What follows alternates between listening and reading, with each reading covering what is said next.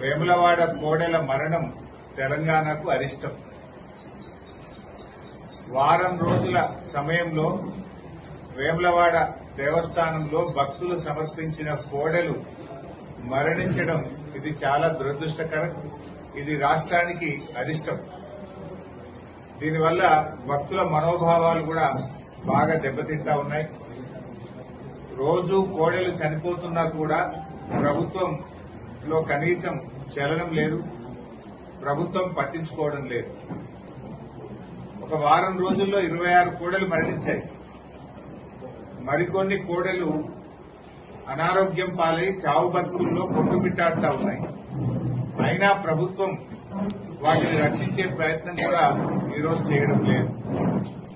రేవంత్ రెడ్డి గారు ఇప్పటికే దేవుడి మీద ఒట్టు పెట్టి 15 ఆగస్టు కల్లా రుణమాఫీ చేస్తానని చెప్పి మాట తప్పడం వల్ల ఇలా తెలంగాణకు శాపంగా మారింది.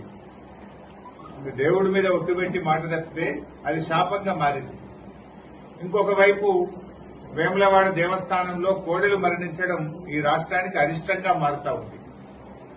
నేను అడుగుతా ఉన్న రేవంత్ రెడ్డి గారిని, కోడెలకింత పచ్చిగడ్డేసేంత డబ్బు లేదా ఈ రాష్ట్రంలో? ఇంత కుడిది పెట్టి ఇంత గడ్డేసే సామర్థ్యం లేకుండా పోయిందా? ఎందుకు వేములవాడ దేవాలయం మీద మీరు శీతకన్ను ప్రదర్శిస్తా ఉన్నారు? ఎందుకు ఈ నిర్లక్ష్య వైఖరిని ప్రదర్శిస్తా ఉన్నారు? పతాక శీర్షికన పత్రికల్లో వార్తలు వస్తున్నా, మీడియాలో వస్తున్నా, ఎందుకు ఈ ప్రభుత్వం స్పందించడం లేదు? మీ ఇంటెలిజెన్స్ వ్యవస్థ ఏం చేస్తుంది? మీ అధికారులు ఏం చేస్తా ఉన్నారు?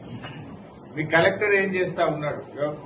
మీ యొక్క పశుసంవర్ధక శాఖ ఏం చేస్తా ఉంది? దేవాదాయ శాఖ ఏం చేస్తా ఉంది? అందరు నిద్రపోతున్నారా అని నేను అడుగుతా ఉన్నాను. వాళ్ళ వేములవాడ రాజన్న అంటే దక్షిణ కాశీగా పేరుగాంచినటువంటి పుణ్యక్షేత్రం వేములవాడ రాజరాజేశ్వర స్వామి దేవస్థానం.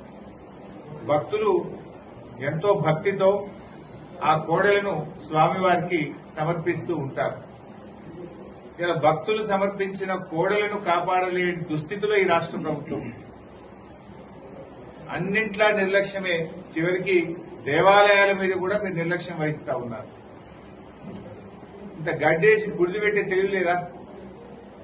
కోడల్ని కాపాడే సోయి లేదా మీకు? రోజు 5-10 చనిపోతుంటే కూడా ప్రభుత్వం స్పందించదా అని నేను అడుగుతా.